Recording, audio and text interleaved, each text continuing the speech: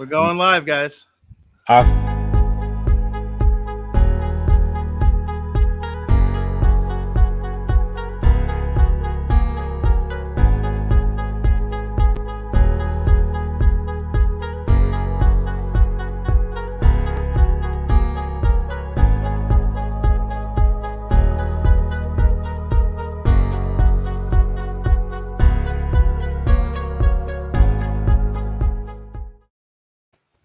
I want to welcome you to the Retro Rogues Live. Please pay attention to our warning graphic. It states that the Retro Rogues Live show is intended for an adult audience and not intended for children under the age of 13. Parental discretion is advised.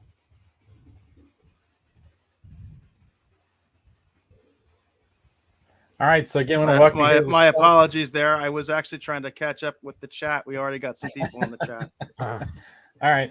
So anyhow, things will be a little bit different tonight. I will not be drawing this evening, unfortunately. However, we do have a special guest. The Janimal is in the house.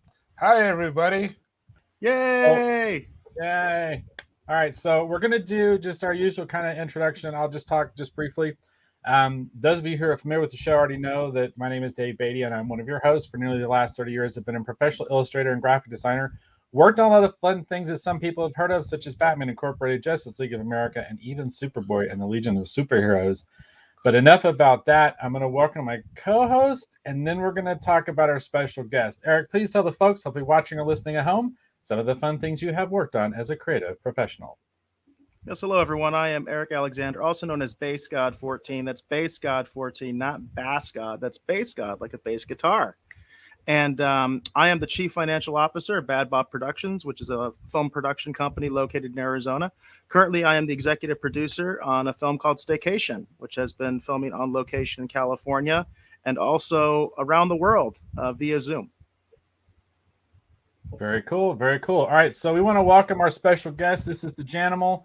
Those of you who might have seen some of the old, the actual precursor to this show, because that's kind of how this whole thing kind of started. That Zoom, that pop that's Zoom right. threw me off. The Janimal and I, we started off like late one night after coming back from watching a screening of the Fantastic Four movie. No, it was not the Fantastic Four movie. But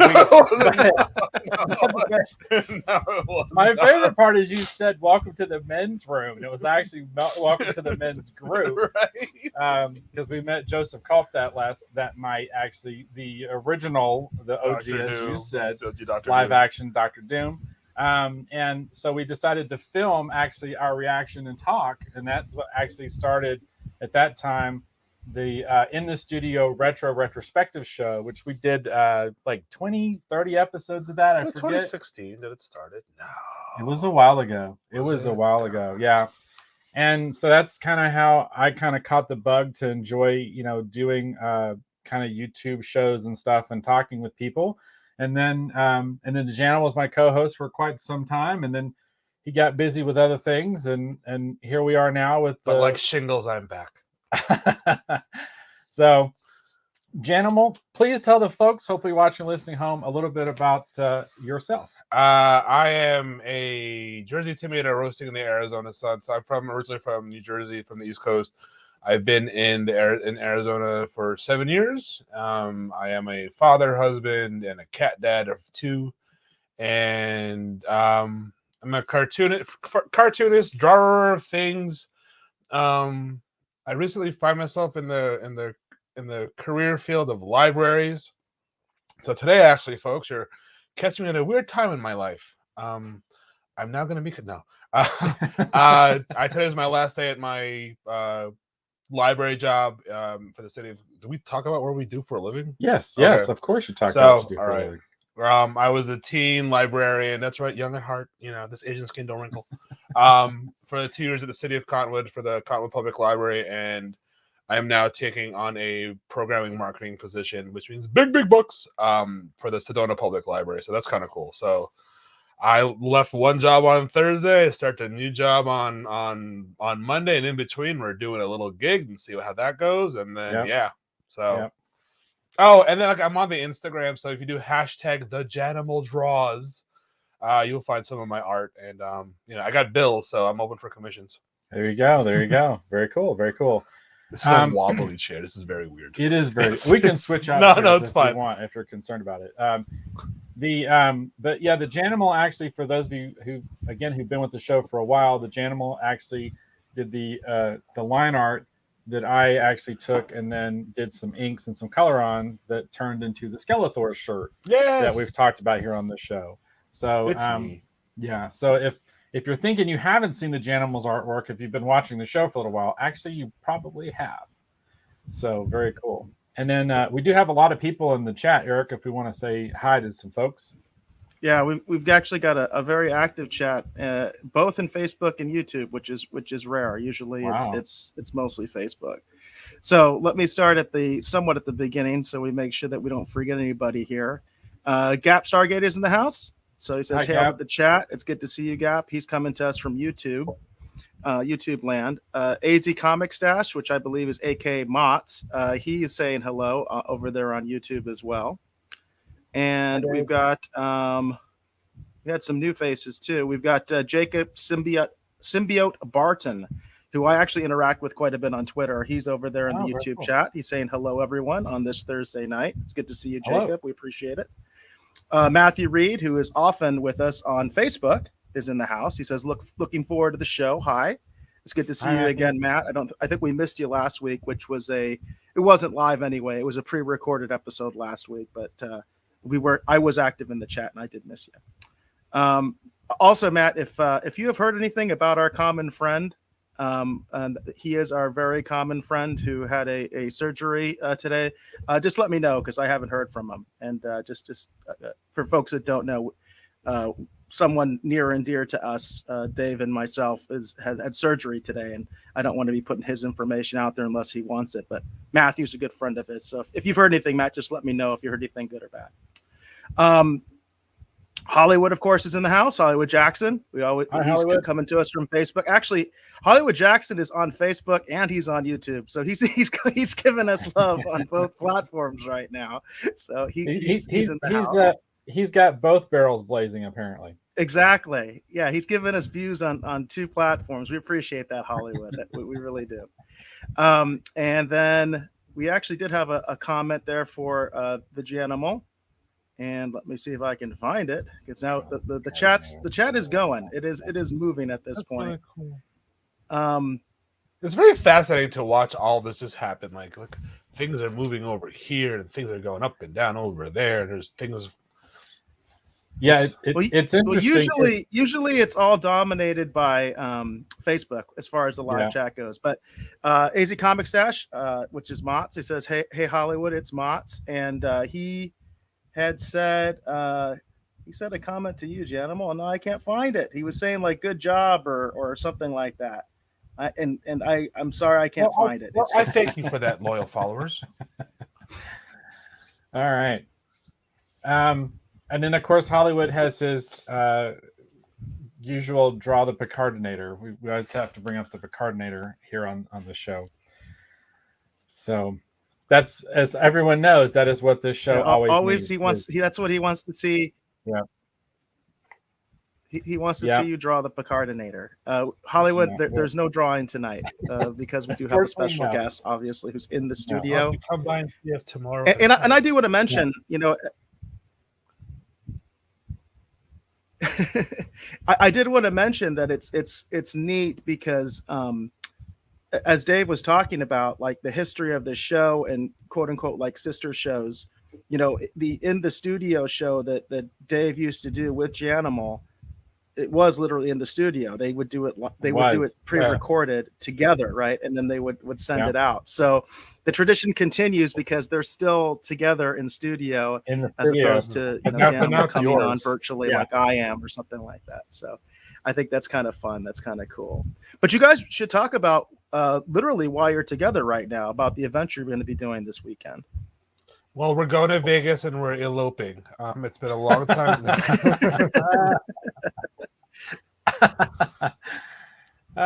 No, that's unfortunately not what's happening. However, we are going to be in.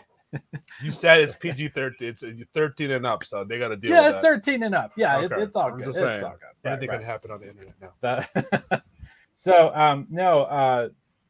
Yeah, we're both going to be in at the Chino Valley High School actually tomorrow And Saturday. Saturday from what is it 9 to 4. Yeah, 9 to 4 both days. It's a holiday arts and craft festival. The gentleman and I are going to be. I'm very excited. I'm just fascinated to see what it's like. I'm interested to see what it's like. I'm a little nervous about what it's going to be like, to be bluntly honest. There's no need to be nervous. I'm like, you know what? A gig is a gig. A table's a table, and you will have fun no matter what. Right. So yeah, but we're gonna we'll be there. Janimal is going to be selling lots of original artwork. Everything. I brought. The car is so packed. Like things would shift as I make those turns to get here. It's like I don't know what that is, but that'll be interesting tomorrow morning. So. And then obviously I'm going to be selling t-shirts from Kirby Tees. I'll have some new designs that actually aren't on the website yet. I'll have them actually at the event. I'll workshop it. Yeah. And see how it plays in Toledo. For sure. For sure.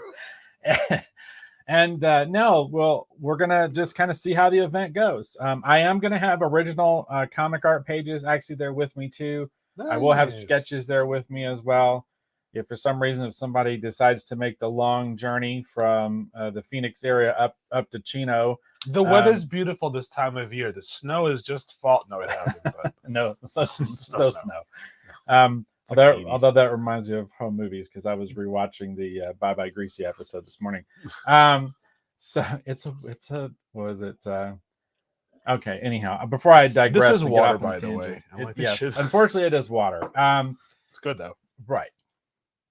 See, you're throwing me off track. So anyhow, I will have sketches. I will have original art pages. I'll have t-shirts. And like I said, if anyone decides to make the trip up from Phoenix to come visit with us, and we will be representing the geek quotient, I think. Yeah, and I think it's good. I think it's one of those things where like we're only competing basically against each other. That's right.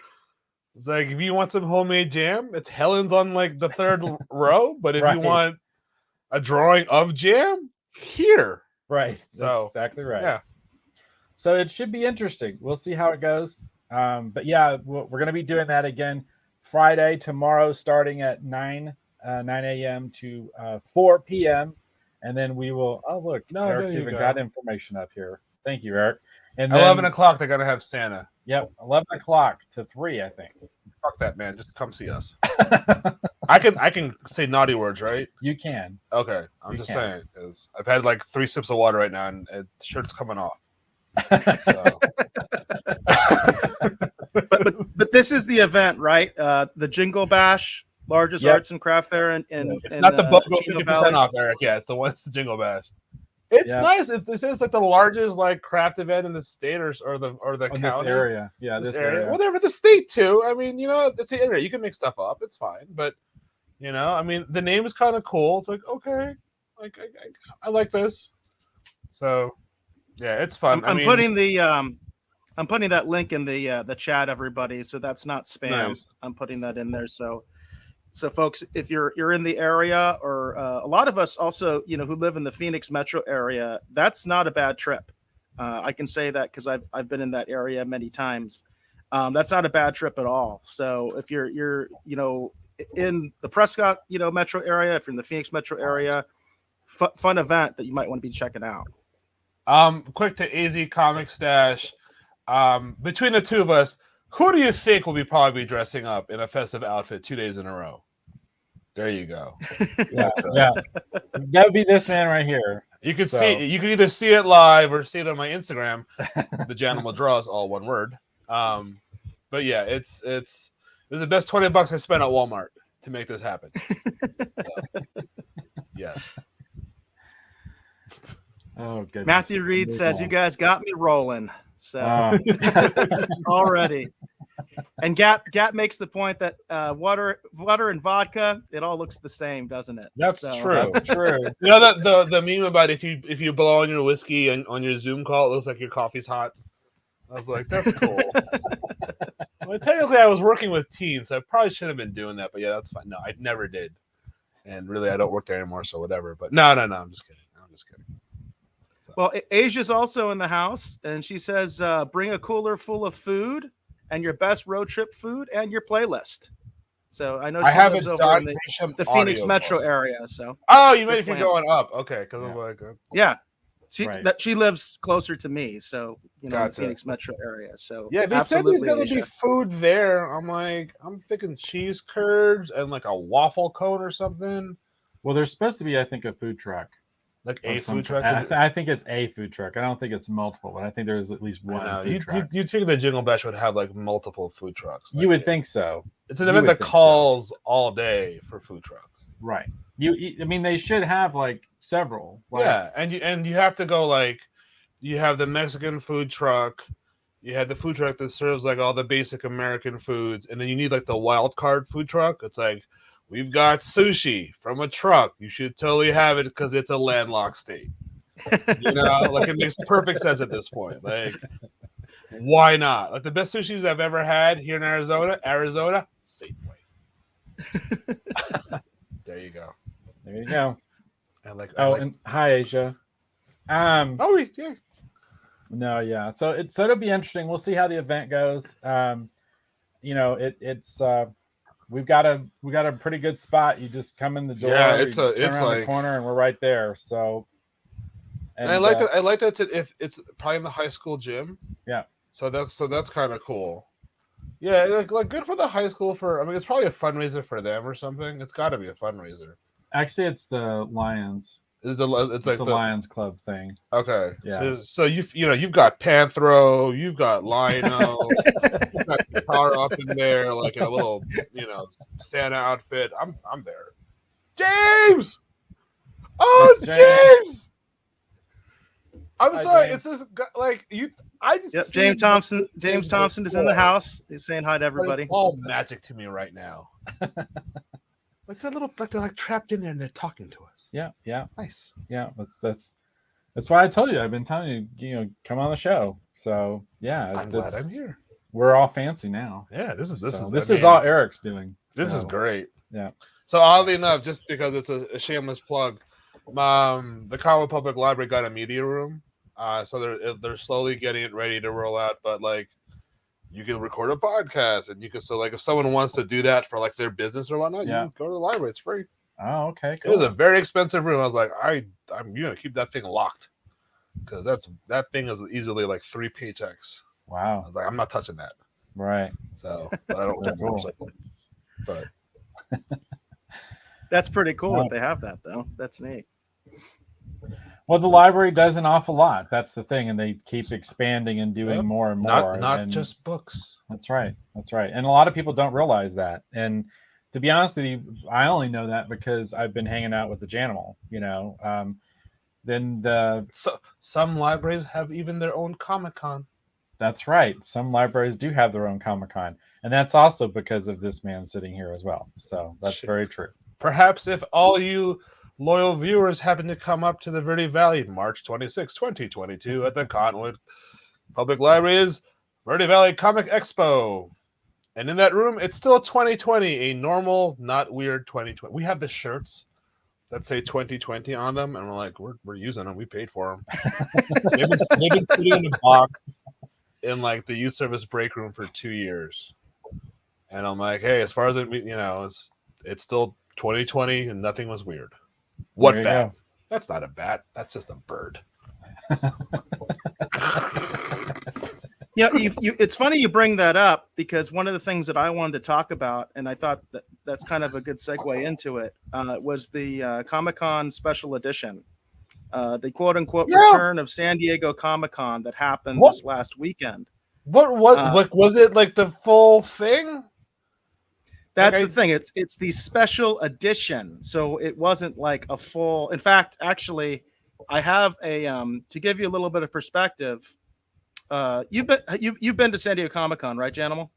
No, I never have. One day, I've never done the show. Oh, okay. I've never been to that whale's vagina yet, but one day I will. Well, Dave, you'll get this from the exhibitor hall because you can kind of see what the size is, and they didn't utilize. It doesn't look like they utilized the entire convention floor. In fact, the first time I went to San Diego Comic-Con was like 99 or 2000, and that was before the expansion. So I've been to the event when it literally was half the size. That was before, Hall H existed, before Ballroom 20 existed. Folks who've been to San Diego Comic-Con, you kind of know what I'm talking about. That's the Ballroom 20 is the big room where they have the masquerade, and Hall H is where they have all those big presentations from the movie studios and things like that. Those things didn't exist the first time I went to San Diego Comic-Con, and they actually did the expansion like a year or two after I started going. They doubled the space. And if you can see this exhibit hall graphic that I have up from the special edition event, you can see it only goes, I guess, it goes a little bit past Hall D into Hall E, I guess. And that's actually where they had most of the artist alley at. And one of the things that I think is really interesting, it might be hard for folks to see because, I realize it might be a little small on your screen or whatever. But if you look fairly closely and you kind of look at the bigger booths, which there aren't a whole lot of bigger booths, there's something very noticeably absent, which is there are no comic book publishers in this exhibit hall list. There's no DC, there's no Marvel, there's no Image, there's nothing like that. So apparently, it looks like all of the comic book publishers decided to skip the event. Well, I'm not too terribly surprised at that, to be honest with you. I mean, they've been cutting back their presence for years and years anyway. But along those lines, I was going to show this because this is pretty cool. Because I've been going to San Diego Comic-Con off and on for many, many years, and this is kind of cool. This is from several years ago. Of course, I'm catching too much glare, but this is the Comic-Con. Well, you can't really see it, but it's the Comic-Con 40 years of artists, writers, and this is basically like a publication they did where they actually chronicled basically the 40 years of San Diego Comic-Con. And so, well, it's glaring too much into the light. But anyhow, I was going to show you guys because in here they have a whole section actually about the 1990s, because the first San Diego Comic-Con I went to was actually 1993. So, and I've been going off and on ever since. I haven't been back when was the last year I went? It's a good question. Al's gone. Al went in 19. Yeah, Al went pretty recently. Not 20. Right. We'll talk. Well, yeah. And it's interesting too because Al Sparrow, actually the writer of Red Skirts and a good friend of ours, Al Sparrow actually is in Prescott this weekend too. He's not here for the Arts and Crafts Festival. He's here for a different reason. But I thought that was pretty wild and crazy, and maybe we'll get a chance. We're going to try and have dinner with him, maybe. So that'll be kind of fun. So yeah, but no, yeah, I'm not surprised there weren't a lot of comic publishers there. They've been kind of looking for a reason to not exhibit at San Diego for a while now. And as we discussed, I think we've discussed probably more off air than actually on the show. I mean, San Diego Comic-Con has been becoming more of a media show than I think a lot of people sometimes even realize or think about, because I know a lot of the diehard comic fans really view it as that now, that it's just a place to promote TV shows and movies, that it's not really about comics anymore.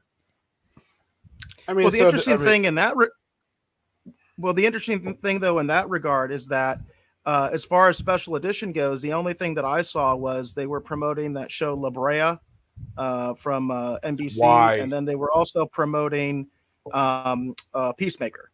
So like John Cena, I guess that's cool. Actually showed up in costume and all that kind of stuff. But otherwise, I couldn't see anything that media wise. It seemed a lot of it was more about like Funko had a big booth. Bandai had a big booth. There was stuff like a lot of like collectibles and things like that. But it seems even on the film and the television side, there wasn't really a whole lot of support for the event. Right. And what was interesting too, I don't think it was related to this, the San Diego event, but I know that Funko actually released something really cool. Actually, I didn't think about it until you were just talking about it.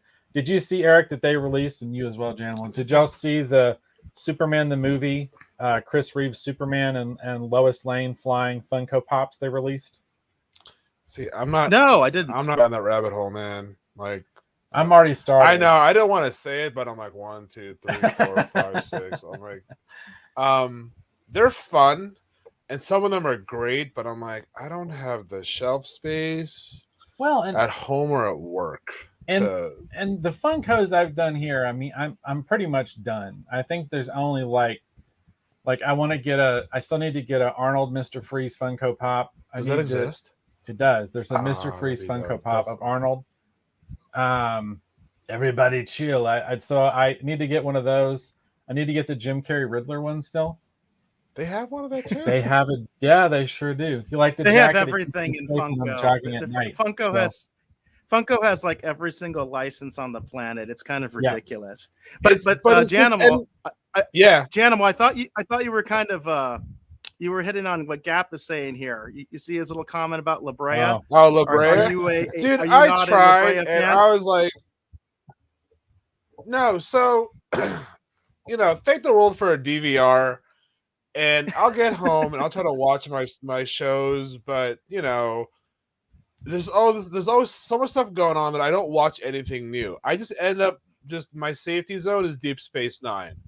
And I'll watch it, and it's just Deep Space Nine, DS9 and Law and Order just on a loop on my DVR takes up half the space, because you know how it's gonna. But you can still watch and enjoy it as it happens, but like I can still go to the bathroom, make a sandwich, not in the bathroom, that's weird, and then come back and then just pick it up and we're good. So it's hard to like watch a new show. But La Brea just looked dumb. Like Evolution was there was the show Evolution, the one where like an NBC show where like power goes out, so now they're back to using swords, and it had the Twilight Dad in it. I like that. Wish it had more. And then the show with the dude who did the American remake of Life on Mars, where they go back in time to the dinosaurs, goes, that makes sense. That ended really well to rebuild society.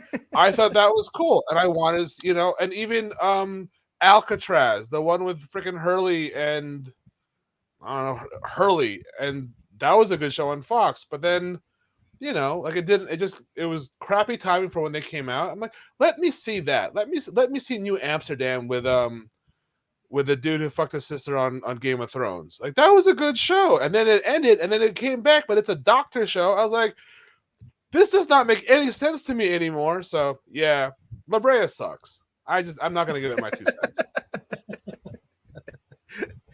I haven't even watched it. I'll be honest with you. I'm familiar with it, but I haven't. It hasn't interested me enough to even check it out.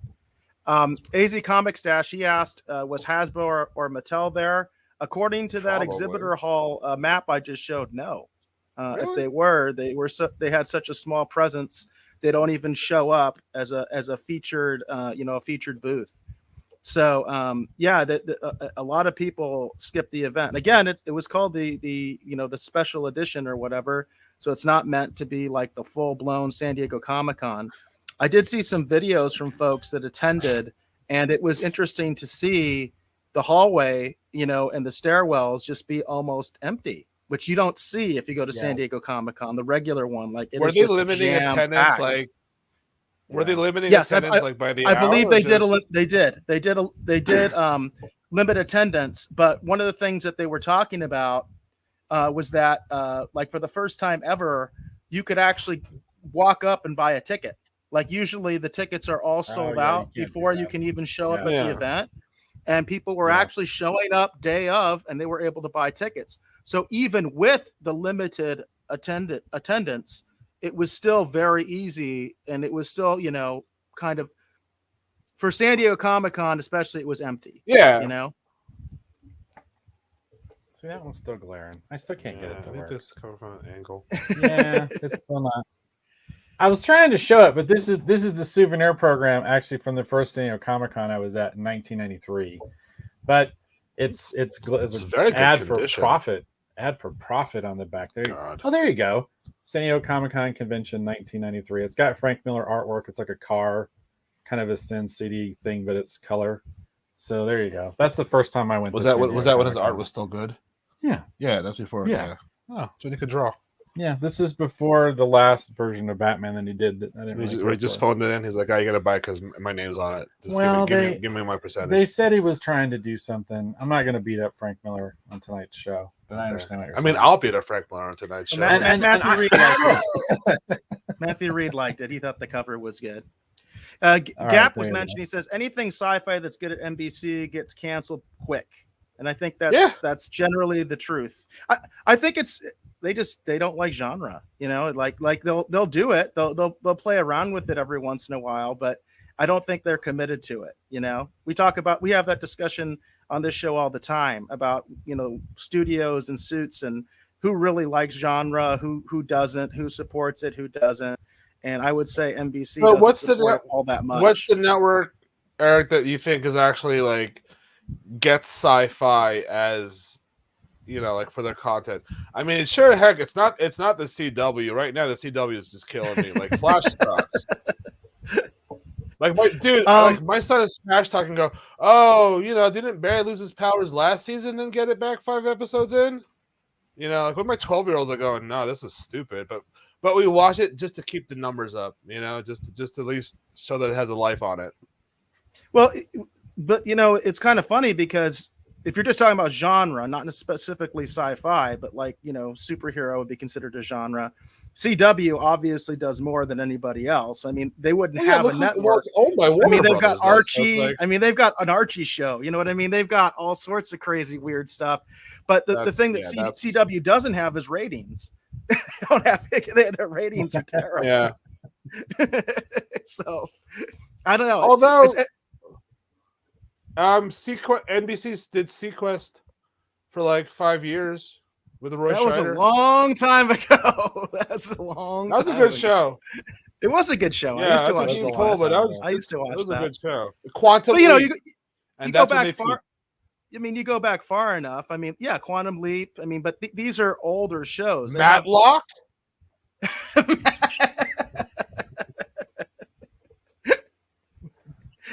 Again, an older show. Oh, guys, it's the water talking. So we're consistent in that regard.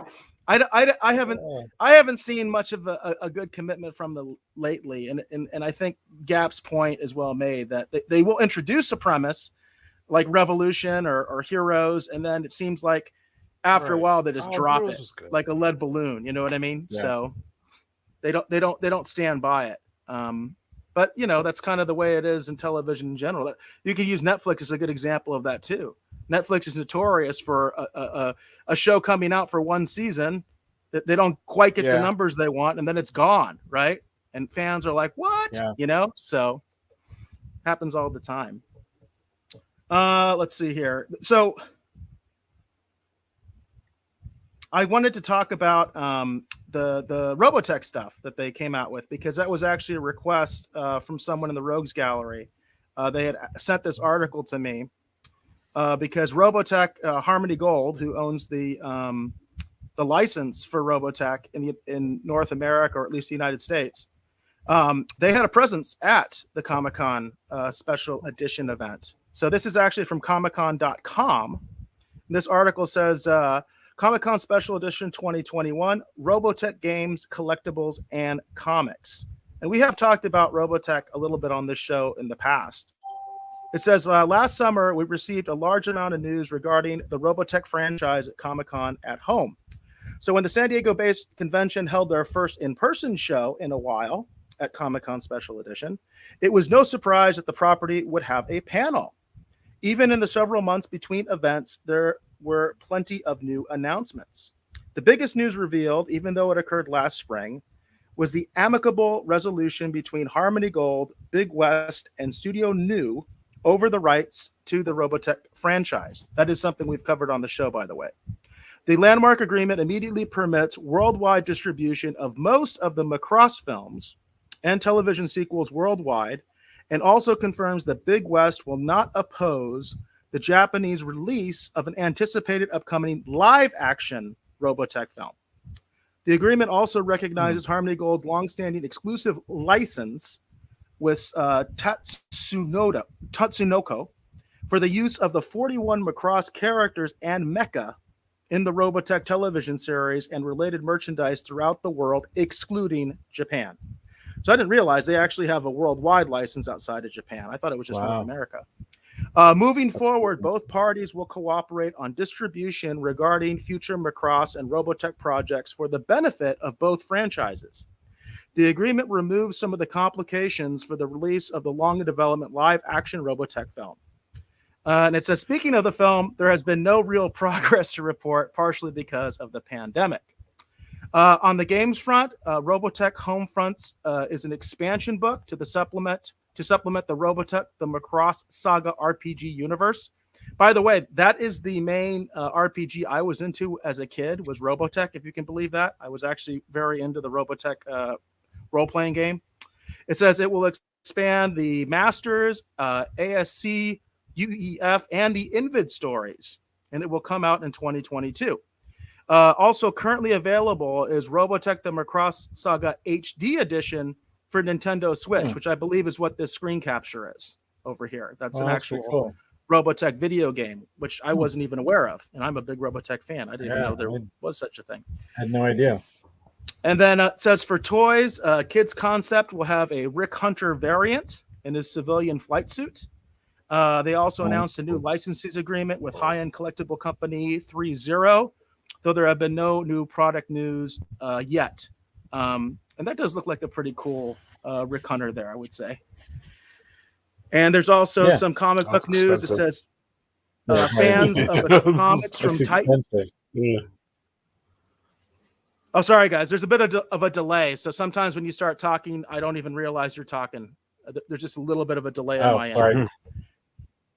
No, that I'm just letting you guys know because I don't realize you're talking, so I just don't want us to talk over each other. It says fans of the comic from Titan should be excited to learn that Harmony Gold has been in talks with the publisher to start them again. There are details that need to be worked out, such as whether to continue with the current storylines or to start a new long pandemic delay. So I guess that's the comic book news of ComicCon, is that Titan is going to be making Robotech comics, because otherwise I haven't heard any other comic book news from ComicCon special edition. Well, there you go. Interesting. I mean, the Titans series, I think, if I remember correctly, I think that series was actually being co-published with like someone else. I forget who it was, because I was actually reading that series, and Art Germ Stanley Lau was actually doing covers for that. He had a really beautiful cover, actually, of Minmay that I still own.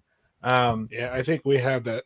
We have that graphic novel in the library. Yeah, which proves my point to someone in Flagstaff who owns a comic shop, who was like, "Are you sure you want this?" I'm like, "Dude, the teens will love it."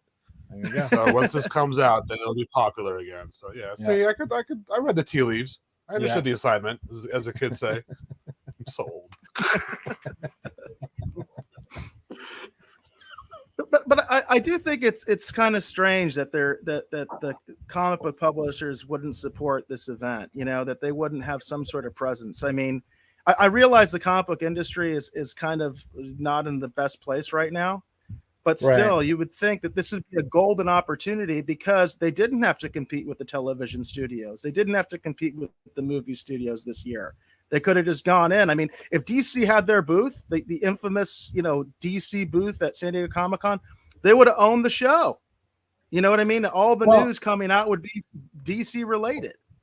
Right, but DC's in such a weird spot. I mean, basically they've, I don't even know basically there's no one left there for me to contact. Like if I have a question about something, like for example, I still see quarterly royalty payments from DC. It's not a lot, but I still see them every quarter. And for me, like if I'm going to try and contact someone right now, pretty much everyone that worked there that I knew, that I had any contact with, including even in, for example, like talent relations, which that's who I would contact if I had a problem with royalties or whatever. There's not even anyone left, even in talent relations, that I have ever talked to before that I can even get in touch with. The main guy who actually basically used to actually run the floor actually for the most of their con events, Fletcher, they actually let Fletcher go too, I believe. So I don't think there's a staff there, Eric, to be honest with you, for them to even attempt to do a Comic-Con booth the way that they used to do it. They can still buy the space and get the stuff and send a staff out there, but the experienced staff that was used to doing Comic-Con, they're not at DC anymore as far as DC is concerned. Yeah, I could see that. That makes a lot of sense. Gap said, I say the entertainment industry as a whole has an identity crisis right now, and I would agree with you, Gap. I think that's kind of the way that we're seeing things these days. Yeah. Again, concur.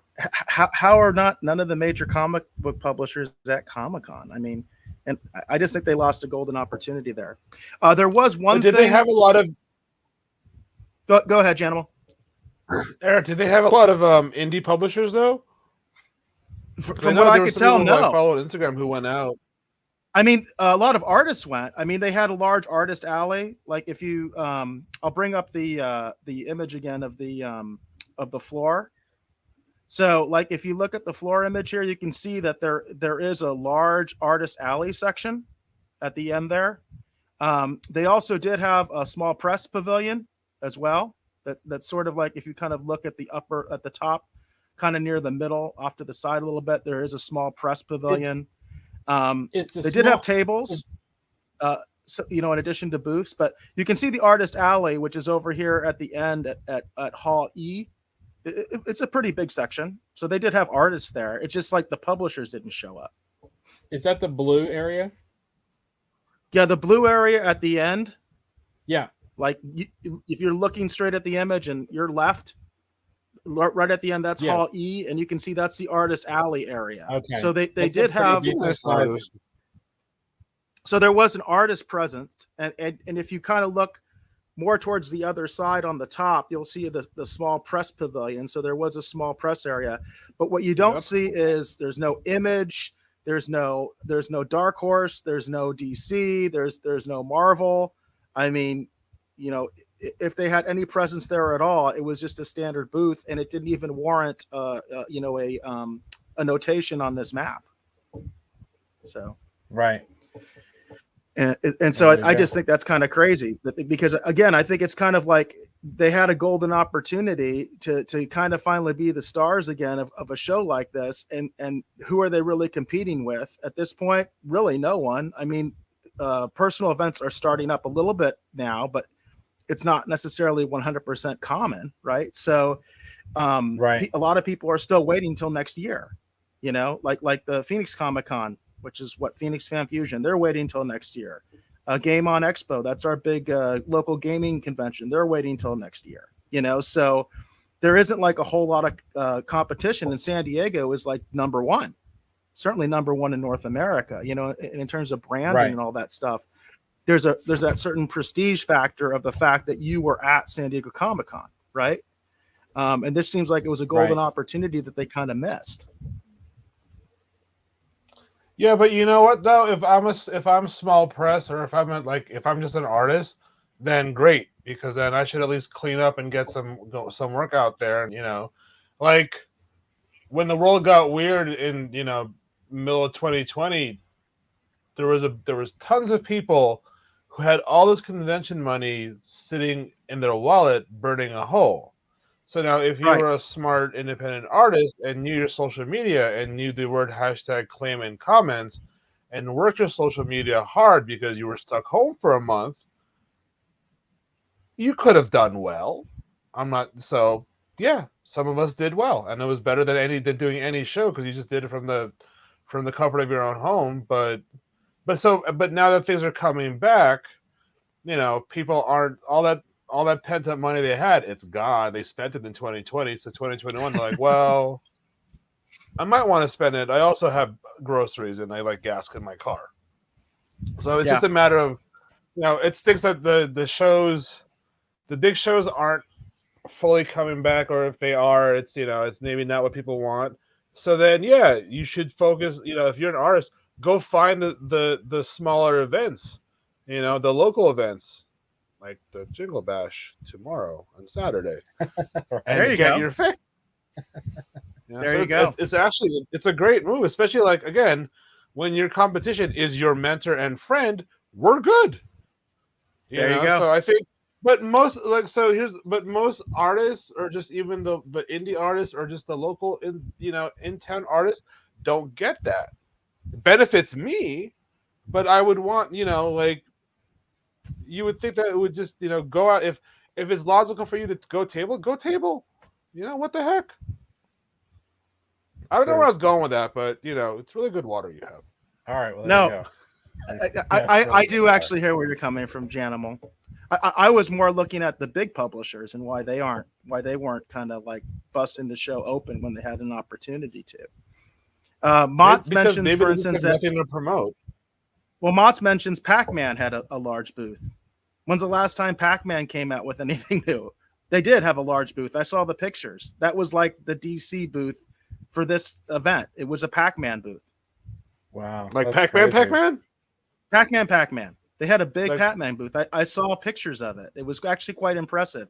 It looked like something you might see at like E3, like at a big gaming, convention. It looked pretty impressive. It looked actually pretty cool. But Mott's kind of backed up what you were saying, Janimal. He goes on to say, plus the price of food and gas has gone up, so no extra money anymore. And there is truth to that. I can say that. I've seen gas prices in my area that I feel like are insane for where I live because it just never gets that high here. So that does take a lot of people's disposable income. It does go away at that point. And Matthew Reed mentions people are afraid to spend money. And I think there is some truth to that. Yeah, I didn't follow that on Friday though, so we're good. I was not afraid to spend money on Black Friday. So, oh, really? You participated, huh? Yeah. But if you have it shipped to your job, then you're good. That's then it stays at your job for a while. Then you gradually bring it back home, and then you're like, oh, I've had this for months because technically you have. It's just been at work. Like, guys, I'm just saying, if you have a green disc golf bag and you get a new disc golf bag from the same company and it's still the same color green, technically it's still the same green disc golf bag. So, modern solutions to modern problems. There you go. Now, there was one other thing that I saw out of San Diego Comic-Con that I thought was interesting. The funny thing is I couldn't find an article from San Diego Comic-Con for this. I actually found a little bit older article, but Brent Spiner, Brent Spiner was at the event. In fact, he was one of the few guests that I recognized at the San Diego Comic-Con special edition. And he actually has come out with a new book that I thought was kind of interesting. So I'm going to read the description here. This is from Wired.com. And it is a little bit older article because, again, I couldn't find one related to his panel at San Diego Comic-Con. I wanted to. This is the only thing I could find. It said Brent Spiner's new book is a Star Trek memoir. A memoir. It says Brent Spiner played likable native android Lieutenant Commander Data for 7 seasons on Star Trek The Next Generation. His new book, Fan Fiction, a memoir inspired by true events, tells a fictional story in which Spiner is stalked by an obsessive fan during the early days of the show. It says the book is a hybrid, Spiner says in episode 493 of the Geek's Guide to the Galaxy podcast. It's a thriller. It's a memoir. It's primarily a black comedy. It's a novel. There are things that are inspired by true events in it. There are real people in it. And they are completely fictional people in it. So it just seemed that this was a good way to describe it as a memoir. It says fan fiction gives a fascinating look into the life of a working actor while also featuring a zany mystery plot that sees Spiner romancing a pair of beautiful twins who may or may not be stalking him. I could have written the book and made it a completely different sci-fi show that this actor worked on who had a completely different name. But I just didn't think it would be as fun, Spiner says. It also takes place 30 years ago, so it was fun for me to be young again. And I tried to think as my young self. The book features appearances by many of Spiner's Next Generation co-stars, including Patrick Stewart, LeVar Burton, Michael Dorn, Jonathan Frakes, Gates McFadden, and Marina Sirtis, all of whose voices appear in the audiobook. So if you folks are interested in finding out a little bit more about that, I just thought it was interesting. The only reason I did hear about it was because I noticed he was a guest at San Diego Comic-Con, and then I was like, what's he doing? What's he promoting? This is what he was promoting. Does he do a lot of conventions? Do you know, Brent Spiner? he regularly goes to Star Trek Vegas, although I don't think he came. It's not Star Trek Vegas anymore because they lost the license, but he used to come to that one regularly. I know that. As far as like other conventions, I think he actually did go to San Diego Comic-Con when they announced Picard. Actually, I'm sure he did. I remember that. He was part of the people they brought on stage in Hall H and did the massive thing, and he was one of them. But and all that does kind he of stuff. dress up? Does he dress up as Data like Ernie Hudson dresses up as Winston Zedmore at convention? No, like it's kind of like no, that's just no. weird. He's totally not No. about that. He is one of those guys that just Okay. like, yeah, he's completely the opposite. That's a good comparison, by the way, because those two are like total opposites, I think, in the way they relate to fandom sometimes in that regard. Because I know Ernie has a lot was of fun with on, dude. it. Well, he has fun with it. Like I think he has fun with it. You know, a lot of these guys. he got bills too to pay, so I get it. But at Afterlife saved his butt because now it's like, oh, it's Ernie Hudson again. But Hey, have you seen Afterlife, Janimal? Have you seen it? I man cried like a mother. like you kind of knew, like you already knew, like Careful spoilers. All right. Who I have not seen it. I have not seen it. I have not seen it. Okay. Yeah, I man cried. It was good. I like the female version, but this is a nice, it's a good nostalgic reach around. That's what I want to hear, and that's what I've been hearing. The poster headline. Yeah. A nostalgic reach around. But I haven't reach around. There you go. You know, the last movie I saw this weekend is I took my daughter to see the My Hero Academia movie, and she didn't even know it was out. I just happened to find out because I tried to look at the top box office trends, and it was in the top 5 like 3 or 4 weeks ago. In fact, I thought it was going to be out of the theaters before we could watch it. But I have a daughter who's a huge My Hero Academia fan, and I think a lot of people didn't even realize there was a My Hero Academia movie out, but there was, and it did actually get a release in North America, and we just saw that last weekend. So I got to see Ghostbusters hopefully this weekend. Yeah, but Eric, you also live like in society in a big metropolitan area. Yeah. Like where I am, it's like, well, I could go watch this movie, or if I really want to, I could drive an hour to Flagstaff and really watch this movie. But sometimes I'm like, man, I just want to be able to watch a movie and then go home and have a sandwich and go to bed. Not like spend half my day driving up and down the canyon. But yeah, I hear that. What else did we watch? Yeah, I never got to watch Dune. I haven't seen Dune either. I watched it on HBO Max. But in the theater or on HBO Max? HBO Max. See, like that's when I wanted to watch it. Like my wife really wanted to watch it in the theater, and then we just couldn't get it. We just the timing was always off. We could never get to it, and it might be playing at the Harkins in Sedona, but I'm like, man, I could have just watched it when you were sleeping on my tablet. But I was being good. Like I watched Suicide Squad on my tablet, and it was good. I enjoyed it. If you sit close enough to a 50-inch TV, it's like IMAX. So it's the same idea. Like It's not quite the same, I would say. I would say it's not alcohol quite and water, Eric. Anything is possible. So that's true.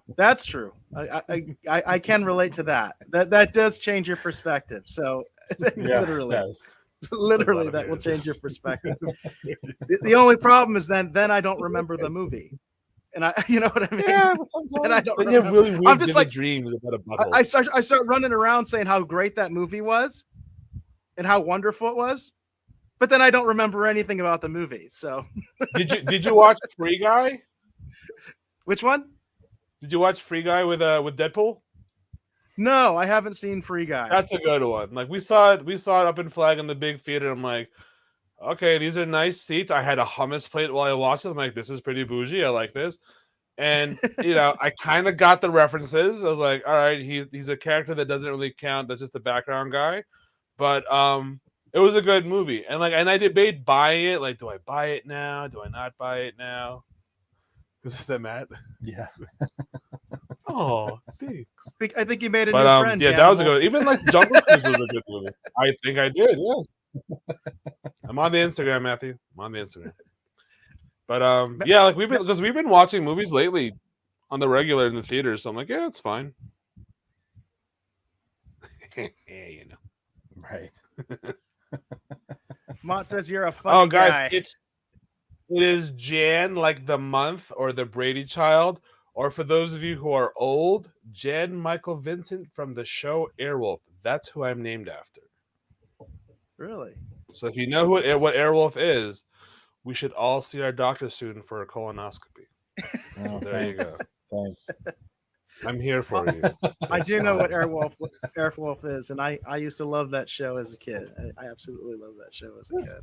Stringfellow Hawkeye. Yeah, I still love that show. I still watch it every once in a while. So. Like that should not be remade. Nope. Knight Rider, maybe.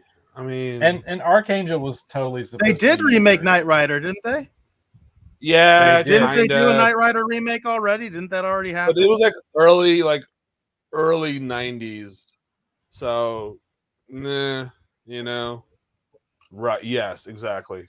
And Ernest Borgnine. He had probably no clue what he was doing. He was like, I don't know what we're doing, but I'll be Ernest Borgnine.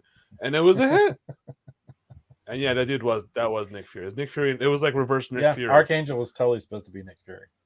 It's totally supposed to be Nick Fury. Like the A-Team. I enjoyed the A-Team movie. Just came out during the World Cup. Shitty timing. Yeah. You know? It was a perfect cast for it. So. Yeah, the A-Team movie wasn't bad, in my opinion. I mean, I prefer the original, but I don't. Well, yeah, but you know, it was Bradley Cooper playing Bradley Cooper. And one of the weird comic book connections to the A-Team movie, interestingly enough, is that Mark Silvestri actually was part of somehow was one of the rights holders, because he actually, I think, either bought part of the movie rights for A-Team or did own the movie rights for A-Team. So if I remember correctly, I think he's like credited, or his studio is. Yeah, with A-Team. And the director's a good, like the director was a perfect choice for that movie. And if you watch the special edition, he's the cameo. Actually, he's the guy who's talking to Hannibal Liam Smith when they get to Mexico. He's like, well, we got this one, and Murdoch's in this hospital. That's the director. There you go. You know, and maybe he got Liam Neeson because he directed him in The Gray. You know, with a young but really old looking Frank Grillo. You know, so it's a circle. It's a circle. It's a nostalgic circle jerk. Or now it's gotten worse. So for reasons, now it's we're all just nostalgia all over my face.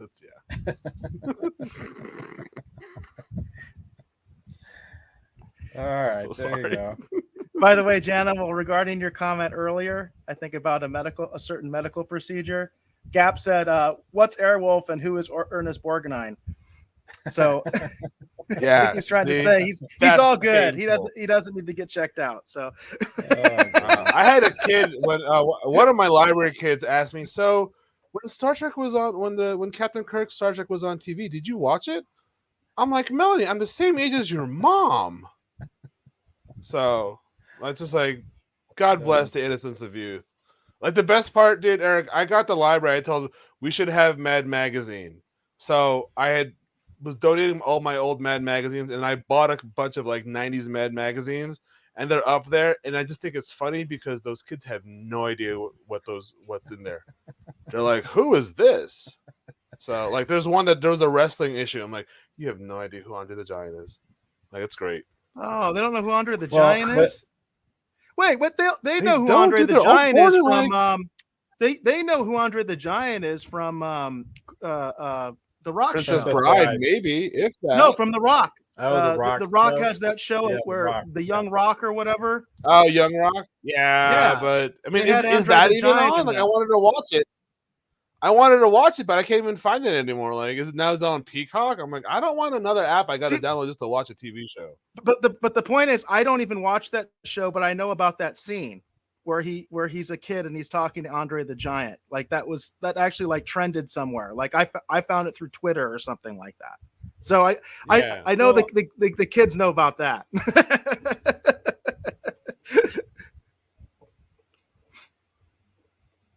Yeah, but who played Andre the Giant on the Young Rock TV show? I don't know, but it's a really nice scene. I don't know if you know what I'm talking about. Does it look like Andre the Giant ish? Yeah, it kind of looks like Andre the Giant. I would say. I'll go search YouTube. Well, see, the thing that made me feel old, that happened. So the next episode, things that make me Right. feel old. The thing that made me feel old as we're walking down this road here is actually several years ago now. I mean, this is quite a while ago. I was at a convention and I was talking to a group of younger comic book fans, and we were actually talking about Star Wars.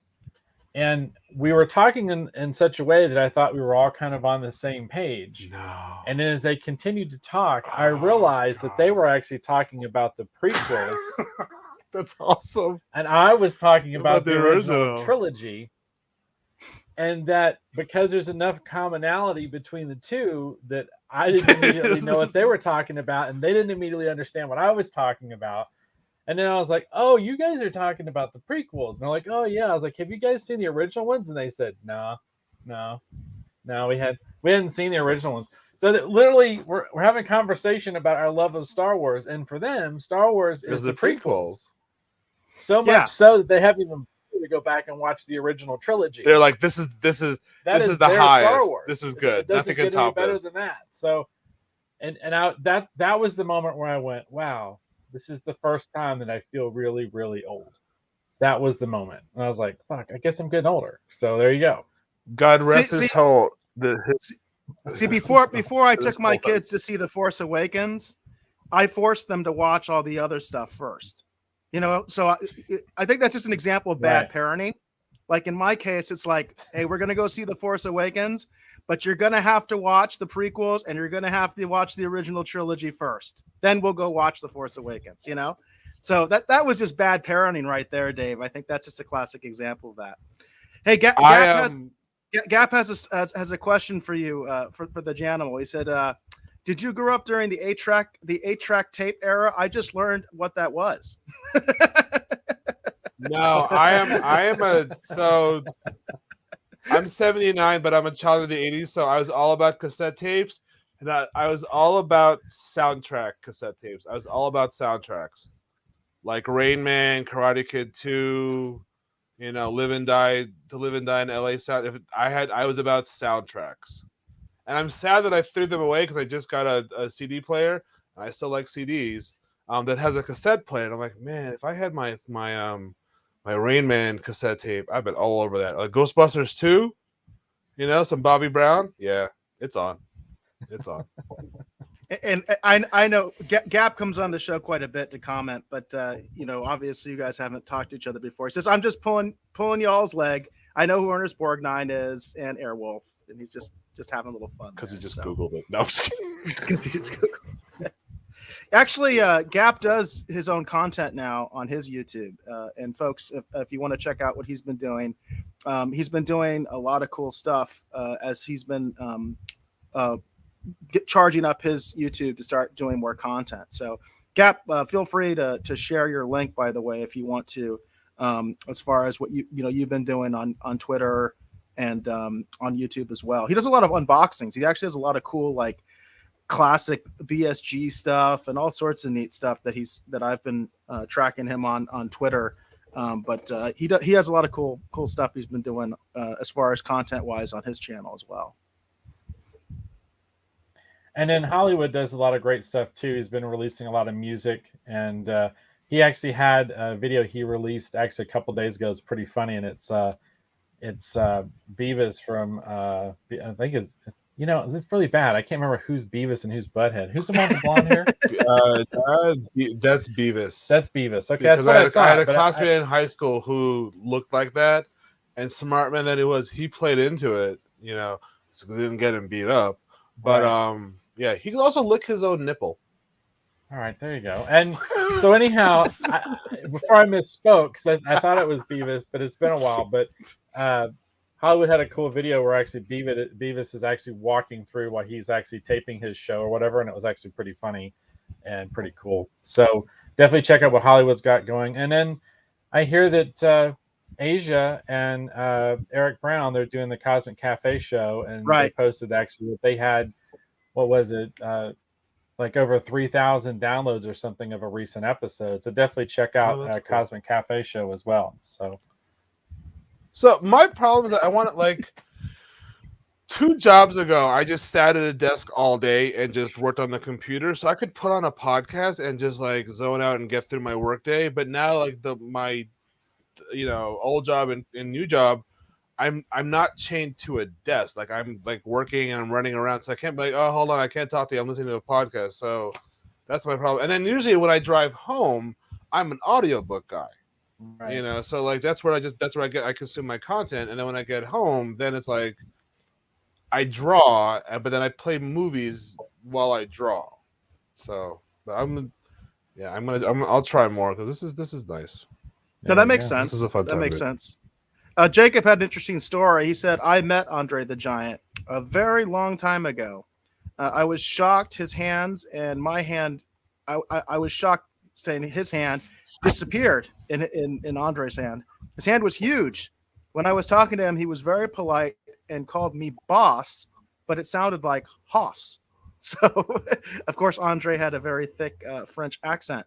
I had a similar experience. I didn't get to meet him, but I did see him in person. I was, like ringside at a match, and Andre wasn't wrestling. It was during the feud, but it was during the feud with Hulk Hogan, that epic era. And Hulk Hogan was wrestling the King, and it was an exhibition match, so the title was not on the line. And but Andre was in the King's corner. And that's where we were at. We were in that section, and I was a little kid, and the hands, I absolutely remember the hands. His hands were just enormous, He was like awe-inspiring to look at. And of course, I was a little kid, but still, my brother, who's much older than me, he was saying the same thing. It's like, dude, look at his hands. I mean, they're just massive. So totally relate to that story, Jacob. That's Did you ever watch the HBO documentary? I think Giant.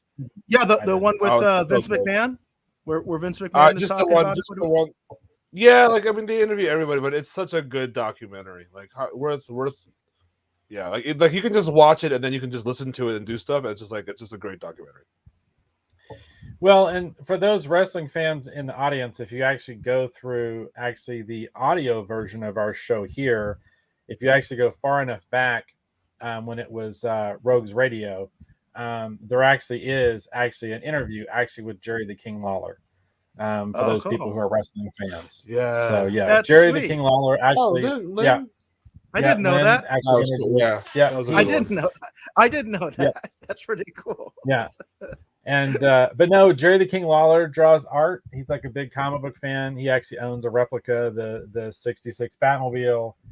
Like he's into the same kind of stuff that we're all into. Can he draw? Yes, Jerry the King Lawler can draw. Really? Yep.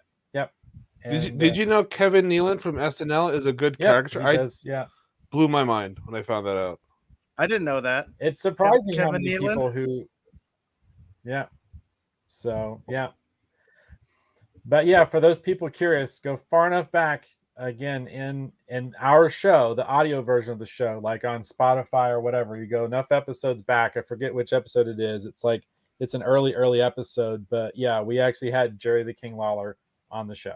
So, wow, that's super cool. That is super cool. Yeah. I do want to make sure that we cover that theory that having interviews will boost your ratings. Your viewership. It doesn't, by the way. But if you can get it, still. Yeah. It's still tried cool. everything. It's still cool. You're doing it, whatever, Right. You're doing it. So, yeah. I did want to make sure that we cover everything that's in the description. So we got to talk about the Book of Boba Fett. For an hour. We got to cover the Book of Boba Fett. Yeah. So, Dave, you specifically were the one that wanted to talk about that. So, well, yeah, I wanted to talk about it because they actually released a new trailer for Book of Boba Fett.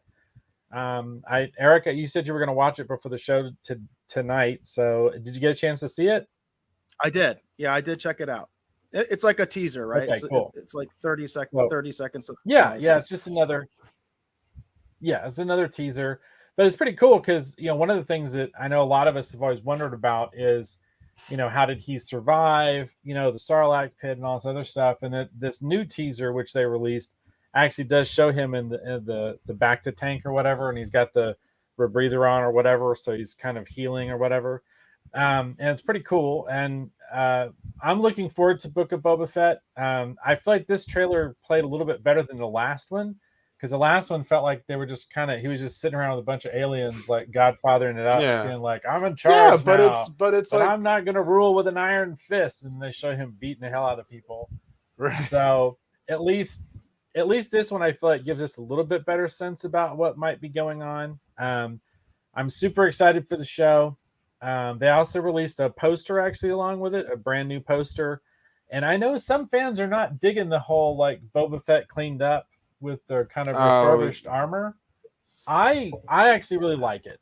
I'll be honest with you, I kind of like it. It took me a sec in season 2. I was like, why does it all look so clean? And then why is he wearing black pajamas? Like, I wanted the great jumpsuit. Yeah, right. But again, I'm in the same boat with that. Out in the desert, and the heat makes things expand, so it made sense. Right. But you know, because remember they were talking about when many moons ago when they were going to do a Star Wars spinoff, it would be about the underworld. So that's a Book of Boba Fett. Yeah, I think very much that's at least where they're pulling some of the content from Book of Boba Fett, is maybe a lot of the exploration that actually when Lucas was still in charge of Lucasfilm, where they were developing that Star Wars underworld show that we kept hearing about like over and over and over again. Because supposedly they wrote like, I forget like how many scripts. Like there was supposedly like a ton of scripts for this show, and then they never actually moved forward on any of it, which I still don't understand that. I still don't understand like why you would. What's really cool, and I think Rogue One, you know, proved it, that you can have a Star Wars show and not have to have Jedi every 2 minutes. Right. You know, like you can give me, the tug every now and then and give me the tease, but I enjoyed it. You know, like I had to wait forever. I actually, before I got Disney Plus, I bought a bootleg of season 1 of Mandalorian. I'm like, I need to see this season 2, and it's very good writing. They're just taking my money every month, and I'm like, just take it. Like, what? Just when I'm done, like, oh, Hawkeye drops, like, fuck, guess I'm gonna go watch that again. And then so you've got like there's an Obi-Wan show. Yeah, Obi-Wan. Like you got Ewan McGregor, right? And possibly Hayden Christensen, because he's got time on his hands. He's not doing anything else. You know, you might as well lean into what brings the royalties in. I don't blame you. You know, fuck being typecast. Typecast away. So. Right. Yeah, I'm excited. You know, but I'm not really watching spoilers. Even like Spider-Man No Way Home. I get it. There's some things I've been told, but like I look forward to just watching it and then making a day of it, and then like watching it, and then you can just rewatch it again. That's the best part about like all these streaming things, and then just nitpick it, and then you go draw fan art, and then you sell it on your Instagram # the Gentleman Draws, and then you watch the next episode, and then you just so it works. I'm sorry. Well, Gap says he thinks that Boba Fett is going to be a hit. I think you're right, Gap. I think it's the one thing that Boba Fett has, regardless, is that it's got the goodwill of the Mandalorian. It's got the last episode of the Mandalorian, and that what's really interesting about that, we've covered it on the show, is that was one of the few times you didn't see Star Wars fans fighting each other so much. Was the last episode of the Mandalorian. That was one of the few times you really saw like this sort of unification happen, where you had a lot of the fans that have been upset at the Disney Wars stuff and things like that, where they were like, well, that was cool. And so I think even if Boba Fett isn't any good, it's still going to be successful because of the goodwill that it's gotten from the Mandalorian, and again, especially the ending of the Mandalorian, because it ended on such a high note for fans. I think it's almost impossible for it to fail. But of course, what comes after it is going to have to deal with whether Boba Fett is truly a good show or not. So whether it's Obi-Wan or whatever, I'm not sure what's actually scheduled to come out after that. They're going to have to deal with that backlash. That's when you'll know whether Boba Fett was really good and really accepted or not, is how the next show is, to me, how the next show is perceived, or how successful it is or not successful. I did have those. I did have a couple of the screenshots that you were talking about, like with the Bacta tank, because that was kind of the big reveal. I think just from that little teaser, as opposed to the full trailer that came out before. So this of course, and you can see the line when this image is being showed. It says "Left for Dead" on the sands of Tatooine. So it seems to allude to the fact that we are going to get some information on how it is that Boba Fett survived, who it is that actually saved him. There's this earlier image from that same sequence, and I if you look in the background here, I'm thinking that might be like the Bacta tank. Do you see that? Yeah. So I'm kind of wondering if this image is actually going to be, something from that. I don't know, so we'll have to see, because again, it could be, this could be something that happens in the show because the trailers do like to mislead us, or it could be, like a backstory where we do get to see how it is that he survived. But then again, it could be something new, because like in this scene, he's got the armor, and that does look like that could be a Bacta tank right there in the background there. So who knows? It could be a giant inkjet printer too. It could be, but it's a giant offset. I'm just saying. It could. As well. That's very possible, because it's to be running low, Dave. Tatooine is very old school, so it's very possible. But those were the two images that I saw that seemed to be at least something different from the previous trailer. Everything else was from the previous trailer. Right. And that's what I told you. I said there's just a couple of new scenes, but I felt like since they released the new trailer and they did drop the new poster, I was like, well, do you have the new poster up or no? I can find it. Do you know where they posted it, Dave? Do you know where they posted the new picture? I can see if I can find it. Hold on. And then how someone pointed out before in the first trailer that the Twi'lek, it's a chick from Flashdance. I was like, oh, they're right on. Good for you. You're still working. So, did you not notice that the first time? I didn't. Eric? No, I did not. I didn't notice it until someone pointed out, and on a website. I was like, oh, that's cool. Like, good for her. She's still working. Well, there you go. Because then, is that that middle and the second one, or? This is the one that they just released. And people have issues with that? No one has any issues with it. He's talking about the armor, the fact that the armor is all painted nice. That was a criticism all the way back in Mandalorian when he first started using the armor again. He cleaned it all up, because it actually is. It is all dinged up initially, because remember, somebody else is using it. Yeah, and it's all dinged up. It's all ghetto.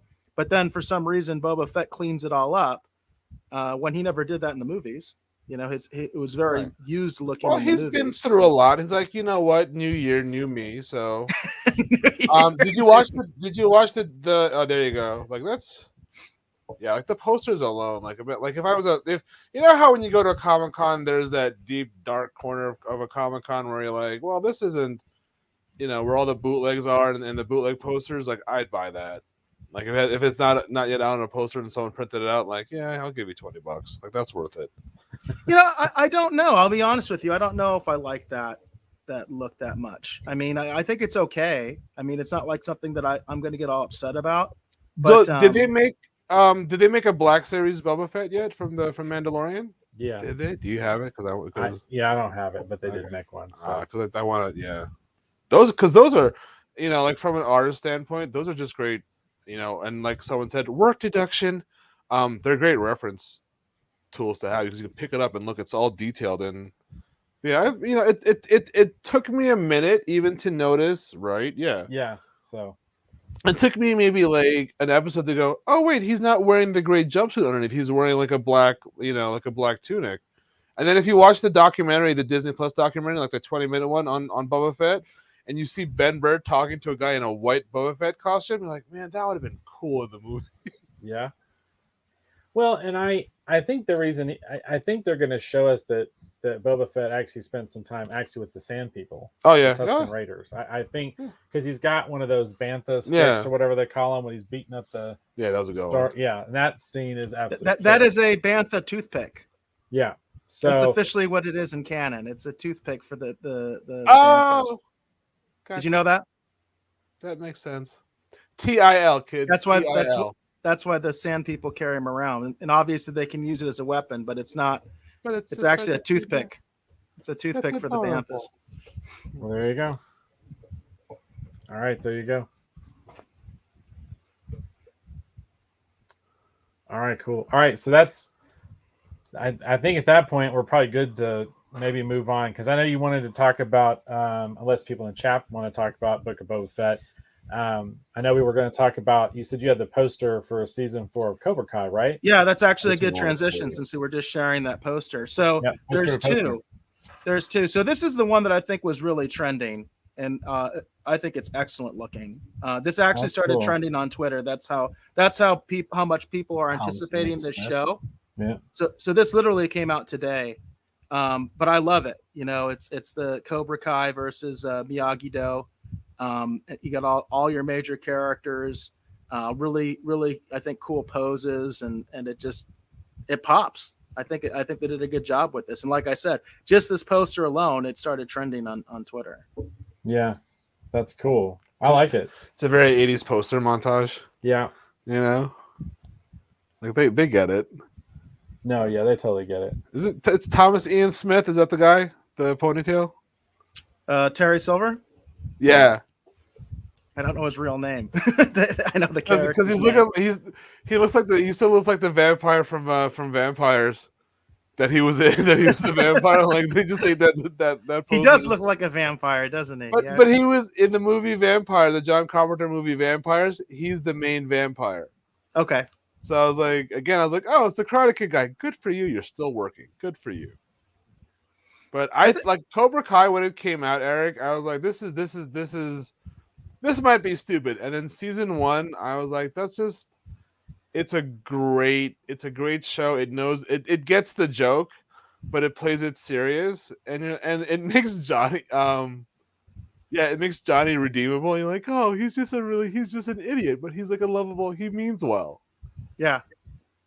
No, it's a true example. They say it all the time in Hollywood, flip the script, and they don't actually flip the script.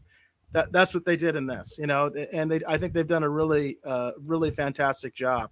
My big thing at this point is we got to see Cobra Kai kick some ass again because they've lost like the last 3 fights. So if they don't actually win a fight, that's kind of the menace goes away at that point. We need to see Cobra Kai kick some ass again. And it is Thomas Ian Griffith. Yeah, it is Thomas Ian Griffith is the guy who plays Terry Silver. So, but no, yeah, and I still hold on to my belief in my theory because I really think that's what they were going for. I think in Karate Kid Part 3, I think he's very much supposed to be like young Seagal. I think that's what they were going for. Oh, like a tongue-in-cheek. Yeah, a tongue-in-cheek, almost caricature of young Seagal. I want to. So basically, Karate Kid 1, 2, and 3, it happened. Yeah. The next Karate Kid happened, like Hilary Swank. They consider that canon. Okay, that's what's called the Miyagi verse. Yeah. Okay. They call that the Miyagi verse. So the one with Will Smith or Jaden Smith, or that doesn't count. That doesn't count. That doesn't count. That doesn't count. But I try to watch 3, but it's like, oh, but you're like 40 playing a 15-year-old. So it's just it shows it shows its age. They show the age there, but in Cobra Kai, you're like, oh, that's fine. See, for me, the hardest part about Karate Kid Part 3 is the simple fact that, you know, Daniel almost died. He got the hell beat out of him in the first movie. Almost got killed in the second movie for these women that he loved. And then in the third movie, he's got a close friend. It's like, what? Karate Kid 3 is not a good movie, in my opinion. I'm just going to throw that out there. But I think what they did is they took the best element from the movie, which is Terry Silver. He's the coolest thing in that movie. It's not his little friend. Okay, I'm sorry. That's just not the coolest thing in the movie. All right. I'm not saying it's his. It's No, the best part. I'm talking just like saying. to everybody. It's like, listen, you know, Right. There are bad movies that have good things in them, like good characters, or they have a good angle. It's just not executed very well, right? I mean, it's not like this a movie is just bad normally. Right. So it's like I think what they understand, and why I really like the showrunners from Cobra Kai, is they're picking and choosing the elements that work, the elements that really make sense. And of course, anybody who's seen Cobra Kai knows that, like, to me, Kreese stole the show last season, and they did his backstory, and you find out exactly why Terry Silver feels so indebted to Kreese, and it's real. You know what I mean? This guy literally saved his freaking life in a horrific way. Like they turned it up to 11. You know, with that story. You know what I mean? With that the gladiator when they're pit, doing all that when stuff. they're in the when they're in the POW camp. Yeah. Oh, that was that was Terry Silver. That's season 3, right? Yeah, because that was the last season. That was the last season. Yeah. That was Terry Silver. See, because you didn't have a ponytail, so it threw me off. You just kind of watched it. Well, that's the misdirect, because the guy with the ponytail. I should have put the alert on because I started this, but spoilers, folks. Spoilers, but I mean, we've been talking about Cobra Kai a lot on this show. We've reviewed Cobra Kai and all that kind of stuff. We've done deep dives of Cobra Kai, so you're gonna have to kind of expect that from us when we start talking Cobra Kai. Yeah, we're not part of the Cobra Kai podcasts, I guess, for some reason. I don't know why, but we are pretty much diehard Cobra Kai guys here, so for sure. So that might be worth a re-binge. I like to, because like I think I gotta trade my HBO Max for someone's Netflix. But 3 has not yet been released separately on DVD. But you know, I would want it to come. For me though, it's Karate Kid 1, Karate Kid 2. We're good. Then it jumps right to Cobra Kai. 3 is like the Phantom Menace. I heard it happen. That's cool. Anyway, so Cobra Kai's going on over here, and that's kind of how I do it. Hey, Gap took off, so just Gap, thanks for tuning in. We appreciate that, and thanks for comment. Hope to meet you really soon. Appreciate it when you come on. Bye, Gap. Matt had a question earlier. He said, "What was the commercial he was in?" I think he's referring to the actor who plays Terry Silver. Was there a famous commercial that he was in? Hold on. Oh. Or Matt, are you talking about one of the other characters from Cobra Kai? I wasn't sure exactly when you made that comment, but I thought it was regarding the actor who plays Terry Silver. And I'm like, I'm not aware of him being in any commercials. So. Yeah, there might be something that he did, but it doesn't immediately pop to my mind. So I know Matt LeBlanc was in the Heinz ketchup commercial where he puts the ketchup on the top of the roof. Oh, there you go. Throw that out there. That doesn't matter to the conversation, but I just want to be part of something.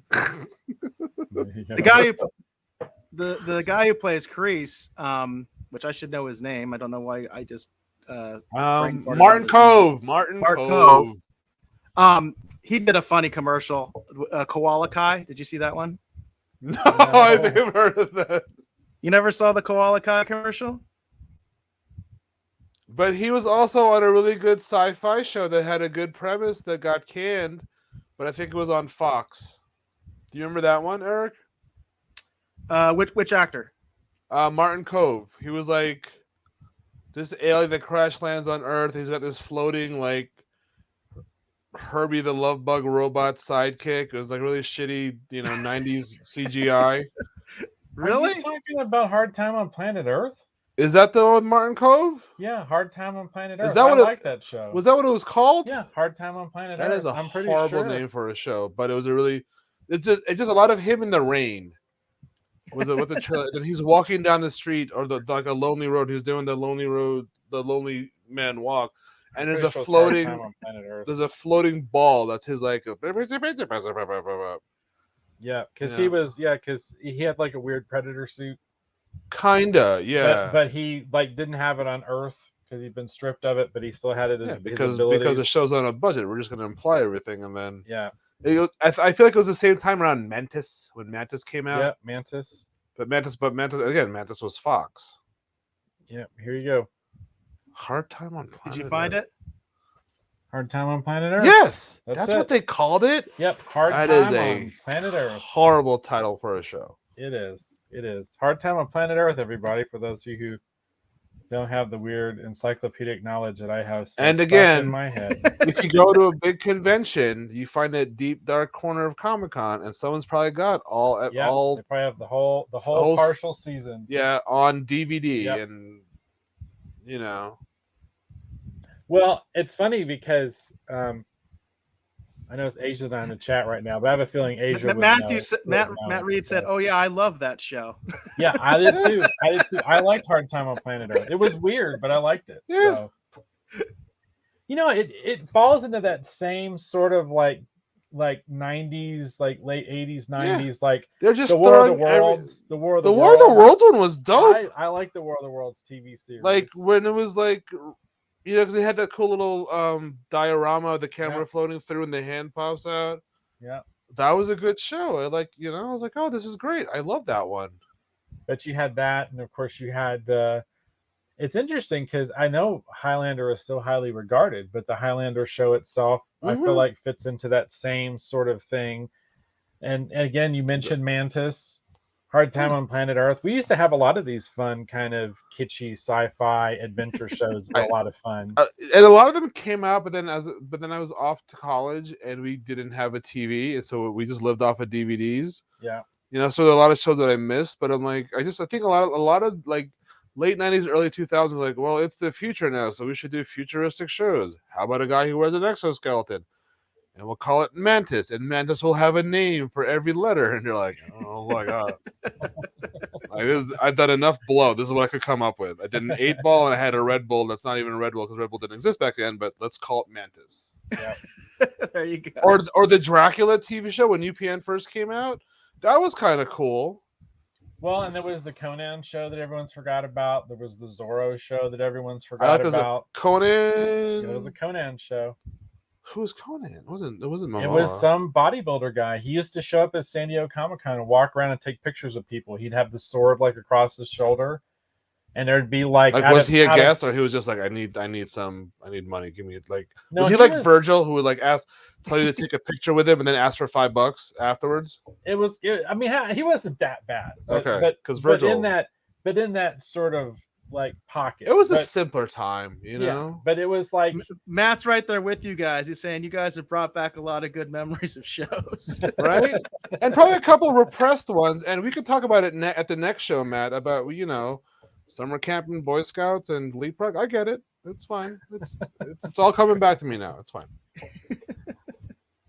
Oh goodness. Well, there you go. Do you remember when Fox first came out? They had the werewolf show. Yeah. I remember that one. That was awesome. I watched that one. I always thought it was really freaky too, because I wasn't that old, and I thought it was a really freaky show.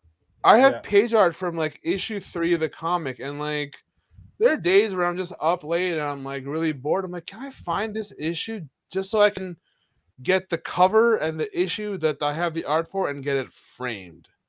As a page art, it was just this random thing. It has a pentagram on his hand. His hand would bleed. Yeah, that was the thing that freaked me out as a kid, because he had the pentagram on his hand and it would start to bleed before he turned into the wolf. Yeah, like that was. I always thought that was such freaky imagery. Like I even to this day, I can picture it in my head, and it freaks me out. Yeah. Or the Friday the 13th TV show. Yeah, that was disappointing because they never because everybody. Jason. Everybody watching that show was waiting for Jason to show up, right? Including me, because I didn't get it, and I was just waiting for that to happen. But you remember the Friday the 13th, Freddy's Nightmares? He would appear on the show sometimes, which was kind of cool. He was what? Yeah, he actually did appear on the show sometimes. So because he'd be like the intro outro, and then it was just something weird in the middle. It was. But they also had a few. But they also had a few episodes where he was in the story.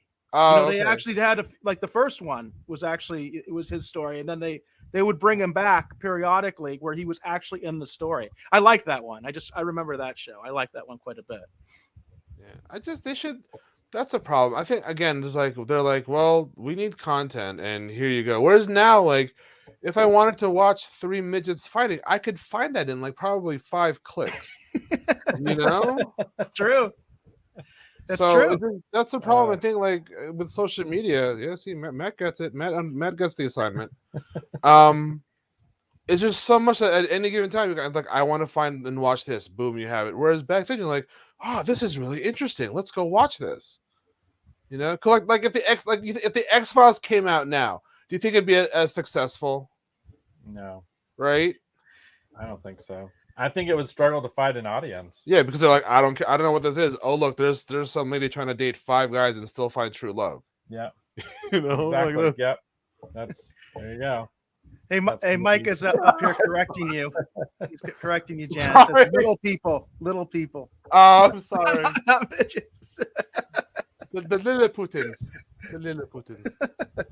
I just lost all my audience in like China. Sucks. Sorry.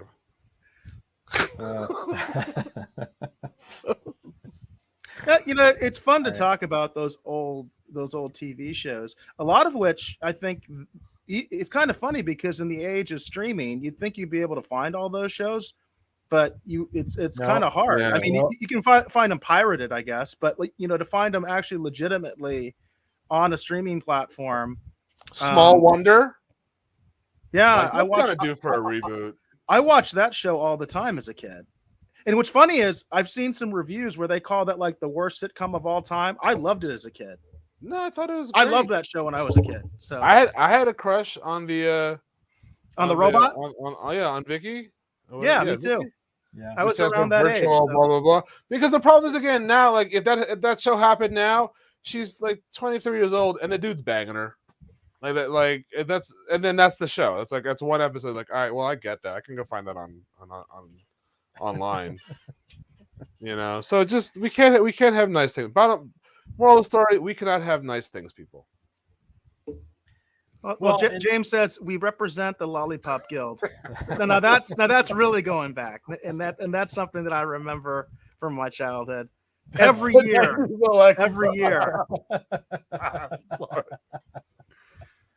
Oh goodness! All right, there you go. YouTube rabbit hole later. Just watching Small Wonder episodes. The lights are off. I've got a bottle of beer in my hand. It's a small wonder. Dun, dun, dun, dun. Sorry. Yeah, it's a good show. It was. Yeah, I dug it. So well, and that's the only thing I'm thinking about, Eric, is you make a good point. It's like they used to tell us it's like with the internet and with streaming, anything you want to watch, you're going to be able to find it, and it's going to be out there in perpetuity. And then as I keep bringing up here on the show, there's an awful lot of content that people are totally willing to forget about. And it's stuff that actually does still have a following that people still remember and would rewatch again, like the War of the Worlds TV series. Yeah, like I like that show. I would enjoy to rewatch that. They brought that back on. I can't remember if it was Heroes and Icons or Comet. I think it was Heroes and Icons brought it back for a while, but then they dropped it again, which kind of stopped. I thought it's still playing, and it's like either it's set in like steampunk time or it's set in modern time, but that's a problem because I hear all these shows and I'm like, what channel is that on? Do I have it? And then I just have to hope that they release it out on DVD and then the library will have it, and I'll just put a movie hold on it. Like did you guys talk like Chapelwood? Have you guys talked about that? No. It's like they made it's basically the prequel to Salem's Lot with Adrian Brody. I'm like, I would love to watch that. Oh, it's on Epix. I don't have Epix. I'm not paying $20 just to watch one show. Right. At least with like HBO Max and Disney Plus, like, yeah, take my money because there's all this content that I know I want to watch or forgot to watch that I want to watch now. Right. No, yeah. And yeah, but I guess for me that's like put the face palm. But for me, that's the big thing for me is that's what I'm looking for when I'm looking at streaming services. I'm trying to find the one that has all that stuff. Like for example, like the main reason we originally had Hulu in this house is because I wanted to rewatch Space 1999. Oh, yep. And Space 1999 originally was on Hulu. The non-ad, like free version of Hulu had Space 1999, and then once it became free with ad support, all of a sudden Space 1999 went away. Yeah. It's on something else. I remember Hollywood Jackson pointed it out. I think it was Hollywood who pointed it out that it's on a different service. Comet TV or the Stir Yeah, app? the Stir app. Yeah, Hollywood pointed it out last week. Thank you again, Hollywood. Is that a free app? Yeah, the Stir app is free. Yeah, and Comet is an over-the-air network. I don't know if you guys get it up there, but that's an over-the-air channel, Comet. Although they don't have Space 1999 in the rotation currently, they used to on Comet. And then Hollywood actually corrects that. Thank you, Hollywood. You're right. It was Gap who actually pointed it out that it was on the Stir app. It was. There we go. It was Give credit Gap where who credit pointed is it due. out. Thanks, Yeah, Hollywood. yeah. Appreciate that. Apologies, Gap. Apologies. Yeah. And I still need to check that out. I actually wrote a note down about it that's sitting around here, freaking somewhere in all this shit in the studio. So we got a couple nice comments here. I just want to acknowledge that Matthew was saying laughter is addictive. Thanks, I needed this tonight. Matt, that's what we're here for. We are here to entertain you and have a good time, right? So we appreciate that. And Mott's also said funny show. So appreciate that, guys. And definitely that's what we're here to do. We're here to have a good time, have some fun, right? That's what it's all about. Very cool. All right. I know that Jan and I probably need to go here pretty soon. Is there anything else that we need to cover? No, we hit everything in the description. All right, I'm pretty sure. Okay. So, and you guys will don't forget to come up and drive 3 hours to Chino Valley to go to the craft fair at the Jingle Bash, the Jingle Bash. The Jingle. I'm the Jingle Bitch, and yes, I will be dressed up. Because damn it, notice me and buy my shit. That's basically there. You go. That'll be a new hashtag. Hashtag Jingle Bitch. Oh my god. Now we and the shirt. I am the Jingle Bitch. The address is up there too on this particular site I have up. I shared the link earlier, folks. So if you are interested in the event, there you go. Where else can you find me? When I'm on Dave's couch and don't want to drive home late when I'm in Prescott. Usually. Okay, actually, yeah. So the shameless plug, where you could actually physically meet me is at the Jingle Bitch, this weekend, and then probably, I'd say Phoenix Fan Fusion in January, but you're gonna have to wait till May for that. Otherwise, the Verde Valley Comic Expo, March 26, 2022, at the Cottonwood Public Rec Center, a summer reading fundraiser by the Cottonwood Public Library. Yep, there you go. And then I will also be at the Jingle Bitch this weekend. It's a Jingle Bitch. I just want to get some like 70-year-old grandma say, "That was the Jingle Bitch. I love the Jingle Bitch. We had so much fun. We met those nice young cartoon boys at the Jingle Bitch." So yeah.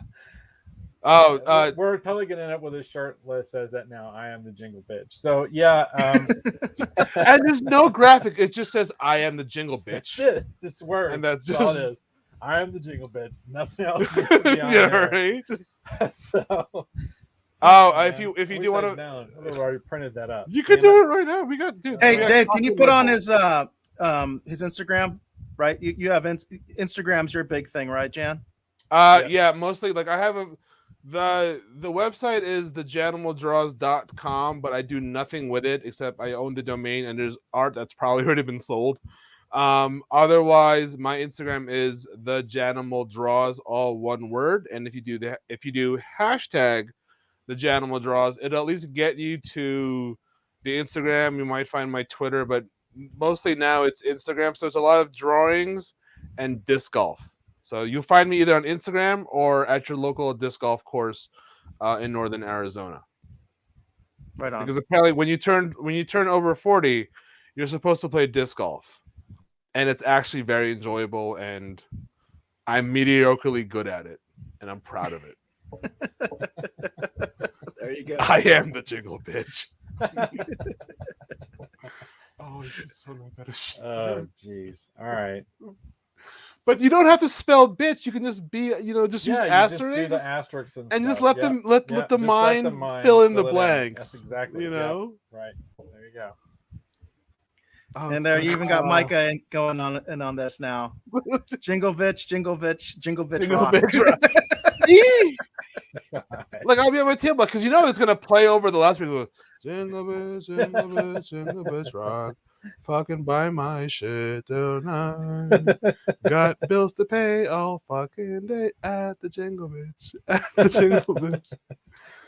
Okay. Oh, Oh God. All right. you got time to make one. We got time to make Prototype one. shirt. See Oh out my in the God. If wild. you had any idea how many shirts I printed, oh Jesus. Oh, sorry. Excuse me. You Yeah. can tell I'm tired. All right. That was awesome. All right. Yes. Disc Hollywood, golf, come nice. up, come up and play if you're in Arizona. I'll meet up with you. Disc golf. Just as a side note, I came in dead last in a tournament in October, and my prize was I got a disc golf basket. So I own 3. I have 2 pop-up metal ones, and I have a foldable one that usually lives in my car.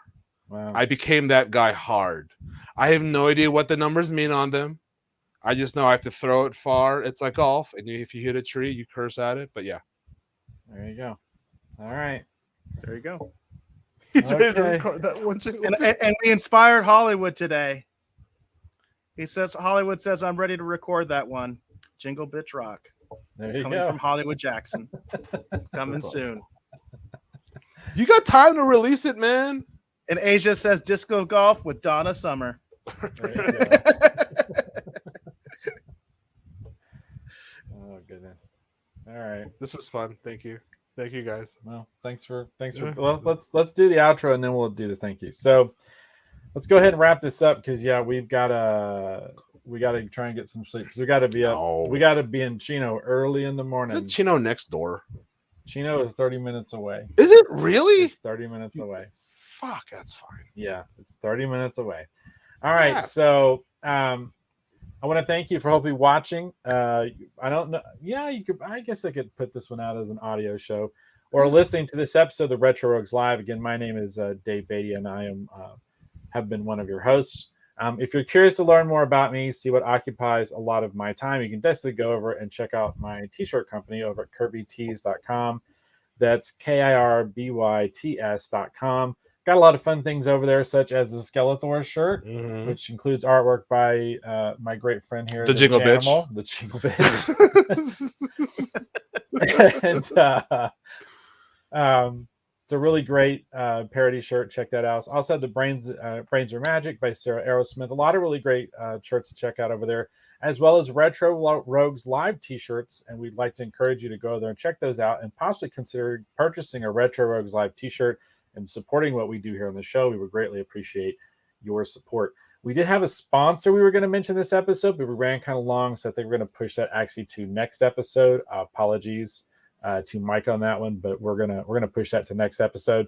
I want to thank we're going to do our guest last. So actually, Eric, I think you need to go last because you always do the last word. So I want to thank the Janimal here for being on the show and chatting it up with everybody. Janimal, why don't you remind everyone where you are again on Instagram? Hashtag the Janimal Draws, or the Janimal Draws on Instagram. That should get you to the page, and you'll see my face and all my drawings and pictures of the disc golf at Riverfront in Cottonwood. There you go. So definitely go check that out. And as always, my great co-host, Mr. Eric Alexander. Eric, please tell the folks, hopefully watching or listening at home, where they can learn more about you on the interwebs. Well, I'm most active on Twitter. You can find me there at BassGod14. That's at BASSGOD14. That's also the official YouTube. That's also the official Twitch. So if you comment on any of those platforms, more likely than not, you're going to be hearing from me.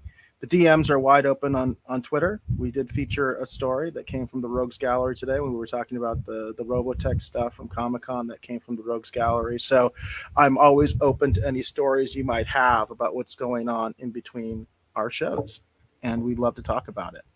Hollywood Jackson says, great show, guys. Says, bye, Asia. Bye, Mott's. Bye, Matt. Bye, Micah.